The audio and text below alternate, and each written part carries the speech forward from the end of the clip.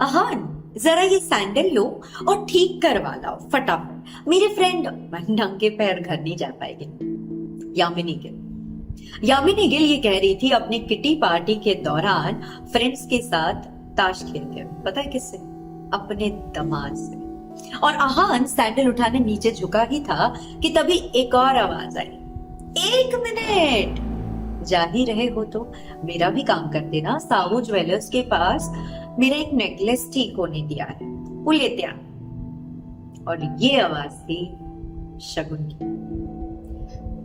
आप बताइए, अगर आप दामाद होते तो इतने ऑर्डर्स, इतने फरमाइशें आप सुनते? और सुनकर तो ऐसा ही लग रहा होगा ना कि अहान शायद घर का नौकर।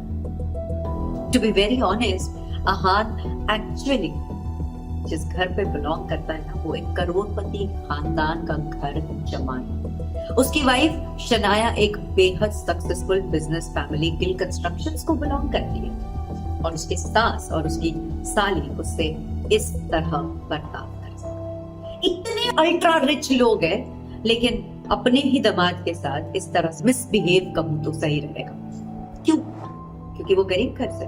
और अगर है भी तो उसकी वाइफ उसे डिफेंड क्यों नहीं करती?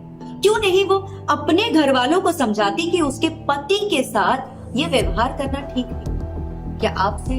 और उन्हीं किटी पार्टी में औरतें जो बैठी हुई थी, उनमें से एक ने उठकर भी बोला कि यामिनी, तुम अपने दामाद से ये क्यों करवा रही हो? पागल तो नहीं हो गई? अहान की सास यामिनी की बात सुनकर शॉक हो। और वहां उसकी साली कहती है, अरे आंटी नहीं, जीजा जी एकदम डाउन टू अर्थ है। वो वैसे भी घर पर खाली रहते हैं तो इस तरह उनका टाइम पास हो जाता है। अब हर काम के लिए नौकरों पर यकीन भी तो नहीं कर सकते। अहान की साली शगुन फटाफट बीच में बोल पड़ी। वो उसकी वाइफ शनाया की कजिन, जो हर वक्त उसका एक ही काम था कि अहान को नीचा कैसे दिखाए। खैर, अहान सैंडल उठाकर जाने लगा तो शगुन दोबारा पीछे से टोकते हुए कहती है, जीजा जी, ज्वेलर्स 30,000 का एक एनवेलप भी देगी। ध्यान से लिया, एक भी रुपया कम ना हो, मैं काउंट करूंगी। एक तो इस तरह से रूड बेइज्जती करवा ही रहे थे वो अहान का, और ऊपर से उस पर चोरी का इल्जाम। उसकी आंखें नम हो गई थी ये सोचकर कि आज उसका बर्थडे है और किसी को याद तक नहीं। शनाया, जो उसकी बीवी है, उसने भी उसे विश नहीं किया। जिस अहान को उसकी सास यामिनी और साली शगुन इतनी बुरी तरह से ट्रीट कर रहे थे, उसकी पूरी असलियत जानते तो शायद उनके होश उड़ जाते। अहान बेचारा मन महसूस कर बाहर आ, अपनी बाइक लेकर निकला ही था कि तभी रास्ते में उसकी बीवी शनाया का मैसेज आया। अच्छा सुनो, क्या आप आज मेरे ऑफिस आ सकते? मैसेज पढ़ते ही अहान के होठों पर एक स्माइल आई और उसके पूरे दिन की जो टेंशन थी ना, उसे लग रहा था जैसे वो गायब ही हो। शनाया अहान से कई बार रूखा रूड व्यवहार जरूर करती, लेकिन अहान किसी भी बात को दिल से नहीं लगाता और वो हर बात को उसको जाने देते से कि काम का स्ट्रेस होगा, कभी कभी पेशेंस लूज हो जाता है। उसे तो शनाया से उसी दिन से बेहद प्यार हो गया था जब शनाया ने शादी के लिए मांगा, और ये जानते हुए कि अहान और उसके स्टेटस मैच नहीं होते। अहान के पास पैसों की बहुत कमी है, जबकि शनाया के पास बहुत ज्यादा है। शनाया का जैसे उसने मैसेज पढ़ा, अहान को लगा उसे पक्का बर्थडे सरप्राइज के लिए ही ऑफिस बुलाया होगा। अब इतना सोचकर अहान ने बाइक स्टार्ट की और गिल कंस्ट्रक्शंस के ऑफिस की तरफ को निकल पड़ा। रास्ते में उसने शनाया के लिए फूलों का एक बुके भी, और ये सच था कि आज अहान पहली बार गिल कंस्ट्रक्शंस के ऑफिस जा रहा था, लेकिन उससे नहीं पता कि जिस शानदार सरप्राइज की उम्मीद थी ना, वो उसे आज मिलने नहीं पाया, बल्कि उसके बदले उसे मिलेगा एक ऐसा शौक जो उसके रातों की नींद और दिन के चैन उससे छीन लिया। शनाया के ऑफिस को जैसे ही पहुंचा, अहान ने जल्दी से अपनी बाइक पार्क करी और सीढ़ियों की तरफ वो लपक गया। उसमें लिफ्ट से जाने की भी पेशेंस नहीं आज, और जल्दबाजी में जा रहा था तो अहान सामने से आ रहे एक आदमी से टकराया और उसके हाथों से वो गुलदस्ता बुके छूटकर नीचे गिरा और वो आदमी चिल्लाना शुरू, अंधे हो क्या? दिखाई नहीं देता? दौड़े चले जा रहे हो, ये ऑफिस है, पार्क नहीं। वो आदमी इतने गुस्से में था और इतने गुस्से में इतना चिल्लाया, आज तो कुछ कहा ही नहीं गया। वो कह रहे आई एम सॉरी, हाँ ने मामला शांत करने की बहुत कोशिश की और उसे आज किसी की परवाह नहीं थी। वो बस जल्दी से शनाया के कैबिन में जाना चाहता था। वो मैं क्या? तुम्हें अंदर किसने आने? Security security. उस आदमी के चिल्लाने पर तुरंत सिक्योरिटी गार्ड वहां आ गए और वो फिर चिल्लाने लगा, तुम लोग किसी को भी बिल्डिंग में आने देते हो क्या? ये गिल कंस्ट्रक्शंस का ऑफिस है या पब्लिक पार्क? वो आदमी गार्ड को डांटने लगा, उसे बिना कुछ नहीं पता था, उसे बस चिल्लाने लगा। गार्ड भी क्योंकि वो नया था इसीलिए जानता भी नहीं था अहान शनाया का पति है। नौकरी ना चली जाए इस डर से उन्होंने सोचा माफी मांग ली। सॉरी देव सर, वो आज चपरासी के पोस्ट के लिए इंटरव्यूज थे, मुझे लगा ये भी उसके लिए ही आया होगा और इसीलिए अंदर आने दिया। गार्ड ने अपनी सफाई में कह दिया, चपरासी के लिए इंटरव्यू पर जनाब गुलदस्ता लाए। देव का गुस्सा अभी भी शांत है। देव ने बुके जमीन से उठाकर पास रखे डस्टबिन में फेंक दिया और जोर से हंसने लगा। बहुत उतावले हो जॉब के लिए, जो इम्प्रेस करने की इतनी कोशिश, कपड़ों से तो तुम लग भी चपरासी ही रहे यार। कोई ऐसे बिना जाने बेफुजुल की इतनी टेंशन। देव हाथ के बदरंग कपड़ों का मजाक उड़ा रहा था कि शोर सुनकर वहां शनाया भी आ गई। उसने सारी बातें सुन ली थी और वो भी देव के side. Dev I am so sorry, please आप बोर्ड रूम में वेट करिए, मैं बस 15 मिनट में आती हूँ। शनाया ने सिचुएशन संभालने की कोशिश की तो थी और फिर अहान कहता है, थैंक गॉड आप यहाँ आ गए शनाया, मैं तो आपकी ही। अहान इससे पहले कि अपनी बात पूरी कर पाता, शनाया ने हाथ से रुकने का इशारा किया और ये फटीचर तुम्हारा नाम ले रहा है। देव हैरान, जिस कंपनी में ये 2 टके की नौकरी के लिए आया है उसी के मालकिन को नाम लेकर बुला रहा है। What nonsense. देव अहान की और इंसल्ट ना करते इस डर से शनाया उसे वहां से भेजने की कोशिश कर रही। वो ये भी तो नहीं जानती थी ना कि देव को पता चल जाए कि वो फटीचर और वो इंसान जिसे वो चपरासी बुला रहा था वो उसका पति है। देव रिलैक्स, मैं हैंडल करती हूँ, आप क्यों एक जॉब का कैंडिडेट के मुंह लग रहे हो?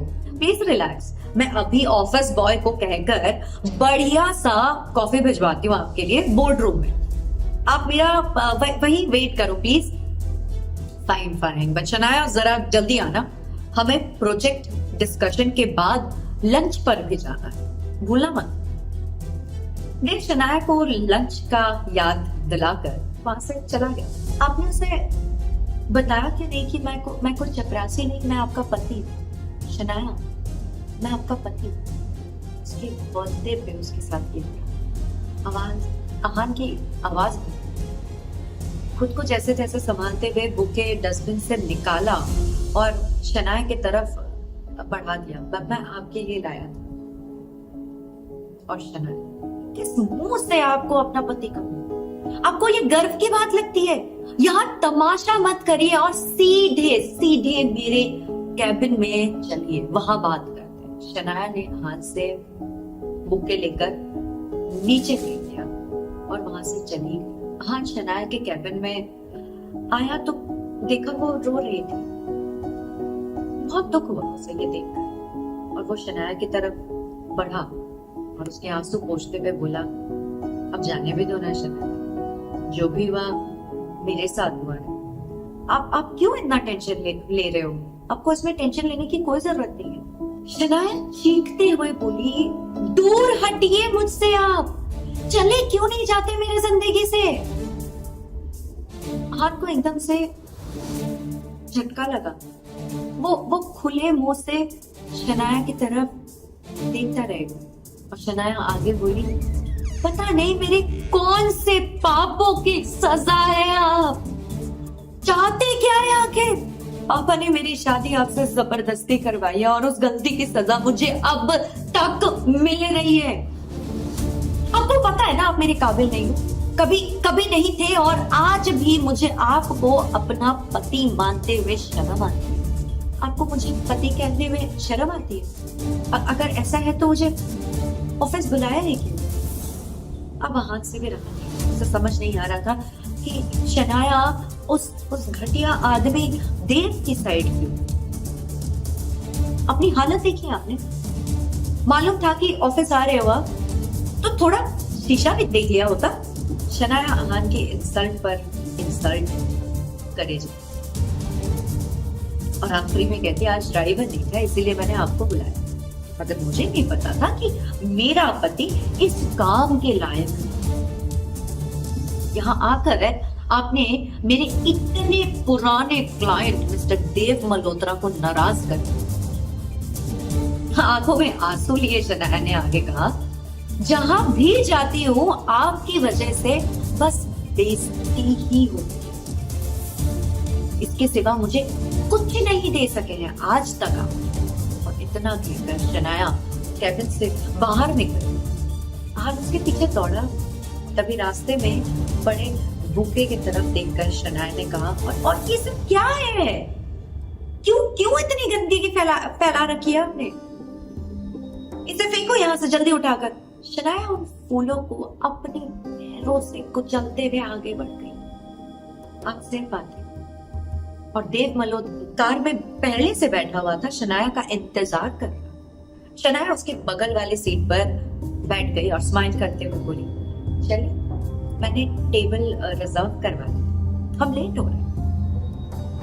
देव ने कार स्टार्ट की और अहान की तरफ देखकर टेढ़ा सा मुंह बनाते हुए शनाया को बोली, ये अभी तक यही है, गार्ड से बोलकर बाहर फेंकवाओ।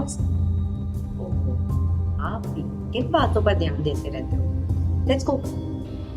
शनाया देव का ध्यान हटाने की कोशिश करती, वो हाथ से नजरें चुरा भी रही थी, क्योंकि कहीं ना कहीं गिल्ट तो हो ही रही होगी ना। देव और शनाया वहां से जा चुकी और तभी अहान के सामने एक बड़ी और महंगी लग्जरी कार आकर, जिसमें से एक अधेड़ उम्र का शख्स बाहर निकला। अहान उसे देखते ही चौंक गया, क्योंकि उसके यहाँ आने की उम्मीद अहान को बिल्कुल नहीं। कौन था वो आदमी? अहान के सामने आकर बोला, यंग मास्टर, एशिया की सबसे अमीर कंपनी और रायजादा ग्रुप के अरबों रुपए का बिजनेस पाया, आपका इंतजार कर। वक्त आ गया है कि आप अपना बिजनेस खुद संभालें। कौन था ये मिस्टीरियस आदमी? क्या अहान उसे जानता है? ये किस रायजादा ग्रुप की बात हो रही है? कहीं अहान सच में किसी अमीर खानदान से तो नहीं है? इन सारे सवालों के जवाब जानेंगे हम नेक्स्ट एपिसोड में। स्टे ट्यून्ड ऐसे ही दिलचस्प कहानियों के लिए। Don't forget to subscribe to my channel.